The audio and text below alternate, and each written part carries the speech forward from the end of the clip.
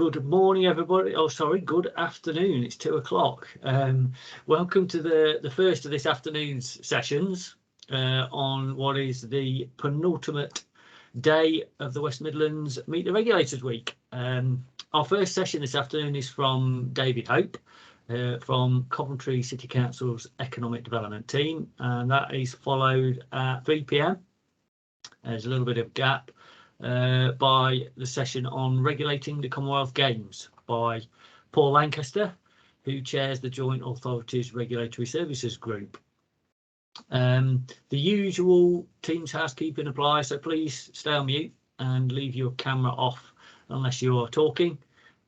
Please do use the chat though. We'd like to make this as interactive as possible. So if you've got any comments or questions, pop them in the chat box. And you can raise your hand at the end if you've got your virtual hand, if you've got any questions. So before we start, I'd like to thank David for sparing his time to come and speak to us all. The session is recorded. I think, yes, it started recording now. So it will be available to view on the OPSS YouTube channel. And I'll hand over to you, David. Thanks, Stuart. Stuart, I think Stuart was going to share my slides actually on the screen, if that's possible.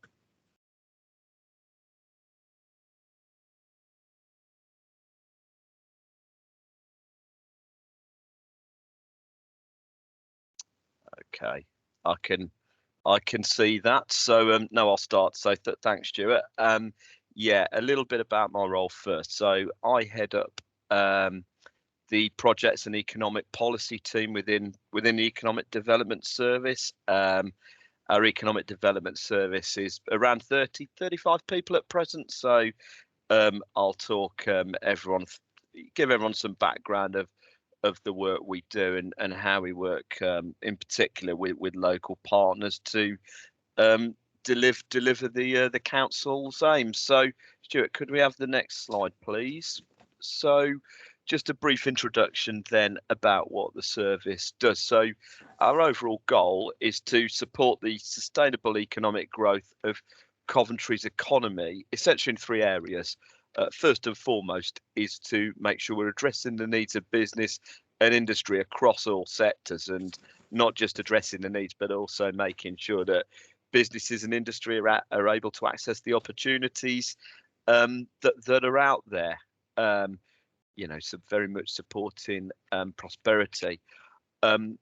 Second key task is to support international businesses seeking to invest. That not only includes trying to attract FDI, trying to attract investment from elsewhere in the country, but also potentially local businesses looking to expand. And then the third aim of our service is very much to ensure that local residents are able to benefit from jobs and growth, and that could be securing new jobs, improving their current position within the labour market, so improving their pay, for example, or accessing training and apprenticeship opportunities. And there's 5 key areas of activity that our service do. This aren't the only things we do, other stuff, but easiest to group it under 5 things. So first area is we deliver business support and investment programs. Second area, identifying and delivering investment opportunities and product and projects, particularly around local businesses. We manage externally funded capital programs, so very much programs around creating the conditions for business growth, creating the conditions for economic prosperity. And the 4th key area is delivering our inward investment service and our skills and growth function.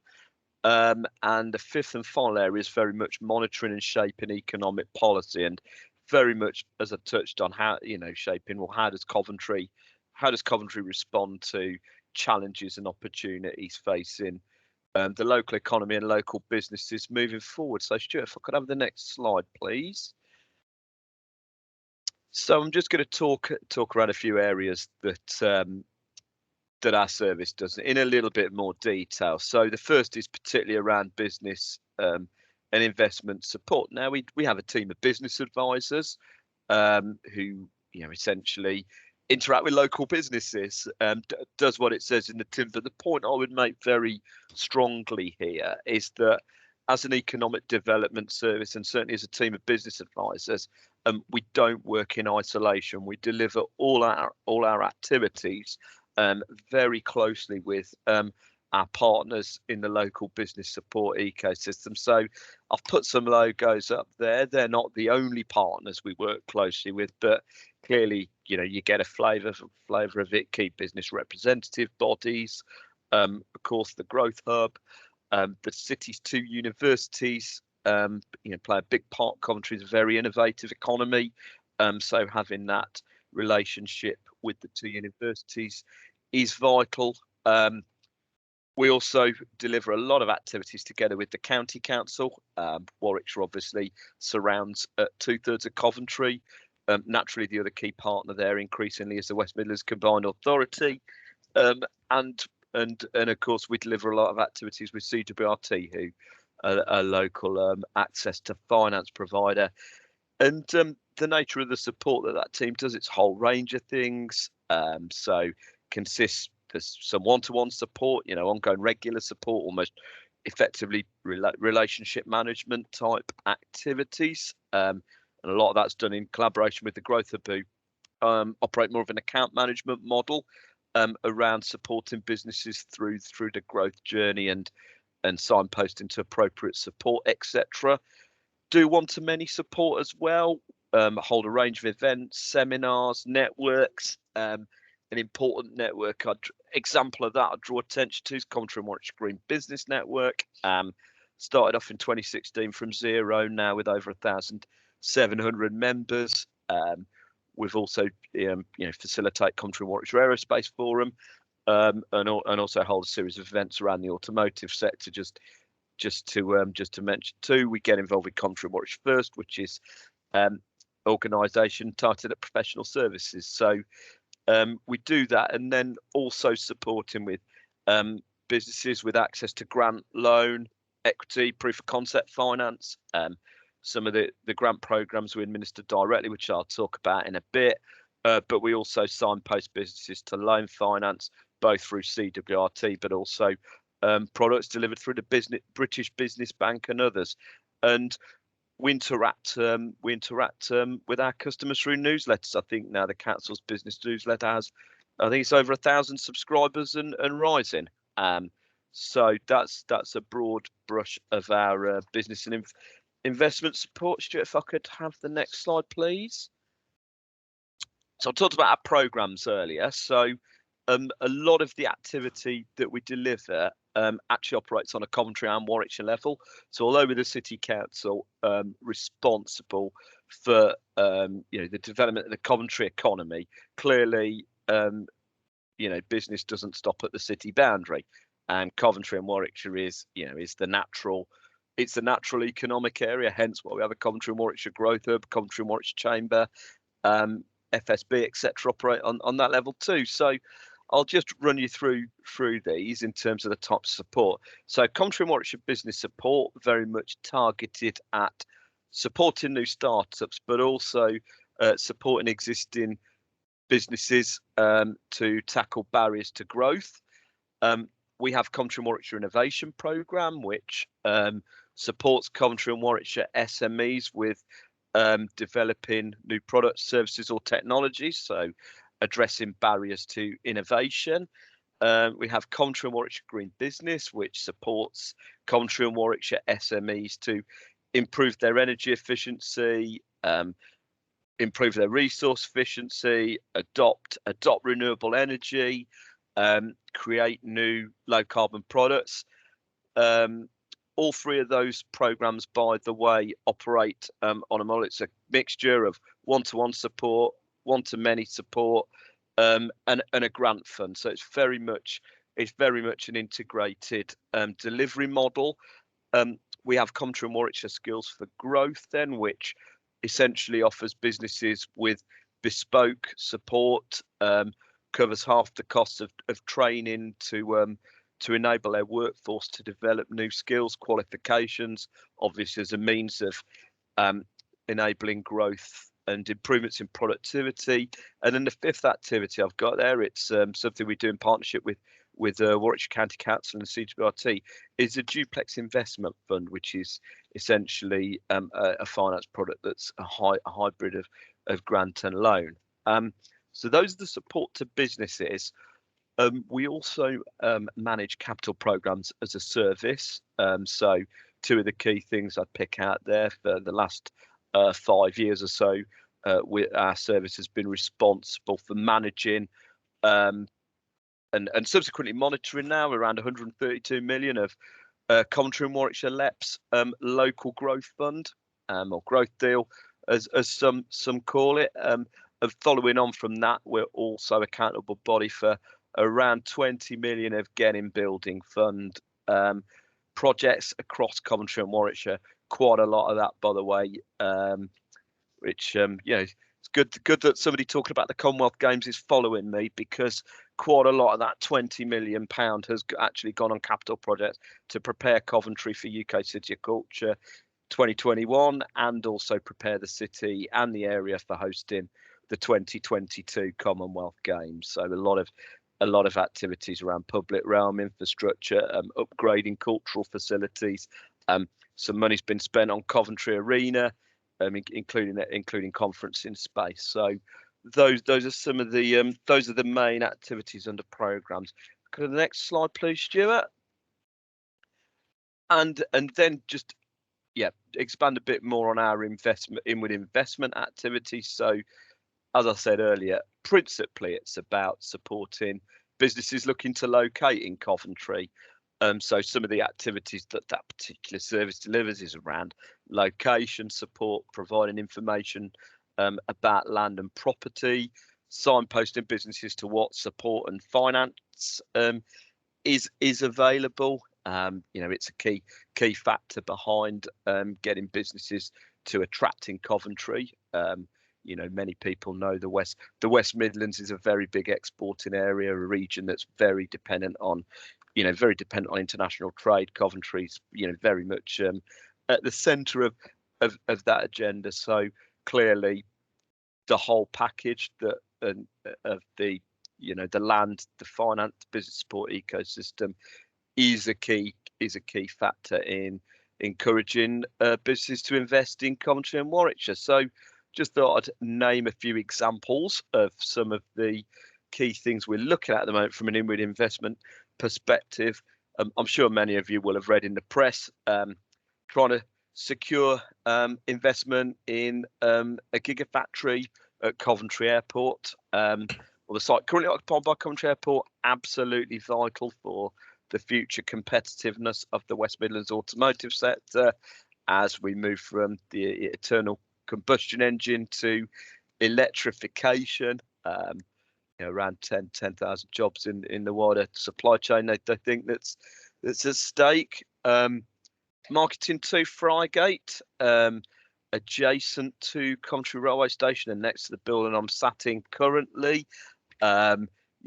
Keep the next stage of the Frygate mixed-use development, which not only will help to expand Coventry city centre, but also, potentially a very attractive location to, amongst other things, for example, professional service firms as the economy adjusts to hybrid ways of working, potentially the government civil service decentralisation agenda as well. City Centre South is a big priority. Revised plans have gone in, and that will be very much around securing investment in retail and residential in the city centre. So upgrading the city centre's competitiveness and also potentially expanding the housing supply. And then a further key priority is around in with investment, and it really cuts across the whole service, not just this particular area. Is how do we build on the opportunities of City of Culture legacy and also the 2022 Commonwealth Games from a business and an economy angle. The City of Culture has generated a lot of publicity already for Coventry and impacts in that respect. But how do we follow on? How do we support certainly our creative sector to grow longer term? How do we grow our visitor economy and our conference tourism sector and sustain that growth there?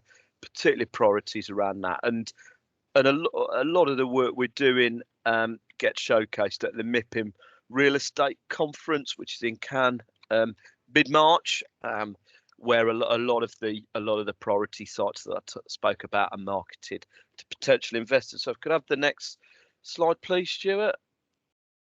Yeah, I couldn't not include the work of my own team in the presentation. So yeah, underpinning all of what I spoke about earlier is our work particularly around projects and economic policy, very much working with the business support partners that I mentioned on the earlier slide to monitor trends facing businesses and the economy, not just in terms of shaping the design, tweaking the design of our current programs. So a lot of the programs I spoke about on the earlier slide run up until June 2023. They're EU funded at present, so there's flexibility in those programs potentially to respond to changing trends where possible. So it's important we do that, but it's also important that we use that information to shape the design of future programs and services increasingly as well. And I'm sure many of you picked out from the Levelling Up white paper, this will grow in the medium terms, working with the combined authority on policy, strategy, new funds, covering the whole West Midlands region. And just again, some of the projects we're working on at the moment, UK Battery Industrialisation Centre, the capital project for that is very nearly complete now. The building's very nearly fully kitted out. It's open. That is soon drawing to a close. We have one of the community renewal fund pilots focusing on the city's cultural industries, so creatives, tourism, hospitality, events, sectors that haven't been as heavily supported, shall we say, through the EU funds, partly down to the regulations of those funds in recent years. So we're looking to use the pilot to address that. We're involved in shaping Levelling Up fund bids, making further capital improvements to the city, and the team also does other bids. So one thing we did was work with our regulation service on Basis Regulator Pioneer Fund last year. We were not successful in securing funding, but those are some of the other things we do around business and economy. So if I've gone to my final slide, Stuart, I just thought I'd sort of sum up a little bit. So that's a broad brush of what we do, but just cover some of the just summarize some of the ground we cover in numbers. So these are just a few things that we did in 2021 just to try and make it a little bit real. So we awarded some 12 million of additional restrictions grants. So that's discretionary grant funding for businesses adversely affected by the COVID-19 pandemic. I think it was over 3,000 Coventry businesses that secured funding through that.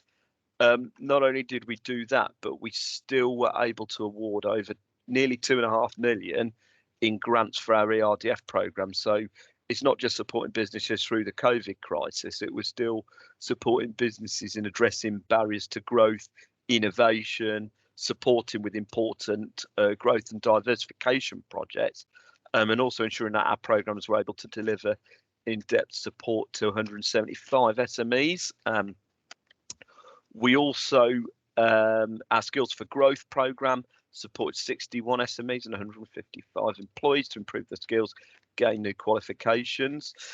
Despite the challenges with the pandemic, Coventry and Warwickshire were still able to record 45 successful foreign direct investment projects, nearly 2,000 jobs supported in the local economy.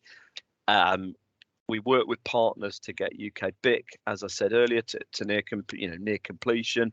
The Prime Minister opened UK BIC back in July last year, when he also did the very initial announcement of Levelling Up. We submitted planning application for the West Midlands Gigafactory at Coventry Airport. That has since been granted approval by Coventry City Council and Warwick District Council. So we're now working on trying to secure investment in that. And just finally, an important impact going back to what I said earlier about ensuring Coventry residents can benefit from growth in the local economy. We also published a new social value and sustainability policy, and key to that is things like trying to increase the potential for local businesses to access procurement contracts, trying to increase the possibility for local residents to access training opportunities, employment opportunities at major development sites. So those were all the slides I had, Stuart. I was just going to say, for the benefit of those who might be watching the recording, I'm happy to take questions now. If people have got any subsequent follow-ups they'd like to have with me, then david.hope@coventry.gov.uk. I'm happy to answer any questions. Thank you very much for that really interesting presentation, David. Has any of the delegates online, if you do have any questions, please do raise your virtual hand now. I don't think there was any questions in the chat. I'll just have a quick look. No, I can't see any. But likewise, if you have any thoughts, David's obviously open invite to contact him with your questions. I mean, I've really enjoyed that presentation, David. Thank you. If you have any thoughts, David's obviously open invite to contact him with your questions. I mean, I've really enjoyed that presentation, David. Thank you. I think you can. I mean, obviously, your main stakeholders, businesses, who you're engaging with, and I think arguably you could say the same with regulators. If it's not it's one of the main stakeholders. And I think the networks that you spoke about and the communication channels you've got with businesses. You know, you talked about 1,700 members on your business network. You've got 1,000 subscribers to your newsletter. You're doing events and seminars. I think that's an excellent resource that regulators could potentially tap into to get the message out there. And I think likewise, regulators probably have more face-to-face contact than anybody else with businesses than anybody else in the council. So you can obviously see the mutual benefits from working closely with each other. So I think that's the biggest point for me. But no, I'd just like to thank you very much, David, for taking the time out of your working day to come and present. There is one session again which I've popped in the chat at what time is that? 3 o'clock on regulating the Commonwealth Games. Anybody can dial into that, and we've got a full programme tomorrow as well on the final day. So without further ado, thanks very much, David, and I hopefully see some of you at the session later on today.